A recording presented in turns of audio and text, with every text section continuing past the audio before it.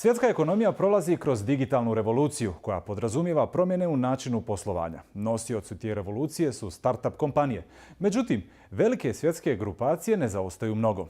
Iako većinom koriste industrijske poslovne modele, sve više kompanija se prilagođava digitalnom načinu rada koji se koristi paralelno s postojećim modelima koji dalje donose profit. Međutim, ključna stvar koju poslovni lideri imaju na umu jeste inovacija. Konstantno napredovanje je preduslov ekonomskog rasta, a bez sumnje novi digitalni sistemi nude gotovo neograničen prostor za napredovanje. Naravno da kompanijama, pogotovo onim najvećim koje su godinama razvijale svoje vrijednosti, definisale misiju i ciljeve, organizaciju, partnerski ekosistem i poslovne aktivnosti na način koji nije optimalan za digitalnu ekonomiju, nije jednostavno da sada krenu u inoviranje i pređu na digitalni poslovni model. No, šta time dobijaju? Za Al Jazeera objašnjava Branislav Vujović, predsjednik New Frontier grupe koja je u Beču organizovala konferenciju upravo o digitalnoj revoluciji.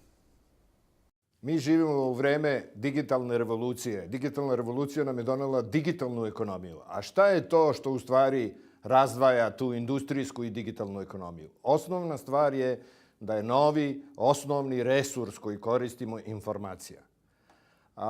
Informaciju dobijamo tako što prvo prikupljamo podatke kojih ima sve više i više. Do juče smo imali jako puno podataka o našim klijentima. Na primjer, banke su imale jako puno informacija o svojim klijentima. A danas imaju još mnogo više i svaki dan sve ih je više. Ako imate jako puno podataka o svojim klijentima, iz toga možete da proizvedete informaciju o tome šta on želi, šta su njegove namere, šta njega interesuje i da mu onda date pravilno i da mu ponudite ono što on stvarno želi. I većina firmi danas koje se razvijaju i koji su start-upovi ili firme koje se prilagođavaju digitalnoj ekonomiji znaju kako da iskoriste podatke koje prikupljaju i od njih da naprave vredne informacije za korisnika i za samu kompaniju. Daću vam jedan primjer. Ako mi stojimo ovde u Beču i ako bih vam rekao 44, 28, 13, 27, 16, 2, vi ne bi znali šta sam ja to rekao. Ako to stavim, ako vam objasnim da se radi o geografskoj lokaciji, vi isto tako nećete imati veliku korist od toga što se ja nalazim na toj geografskoj lokaciji.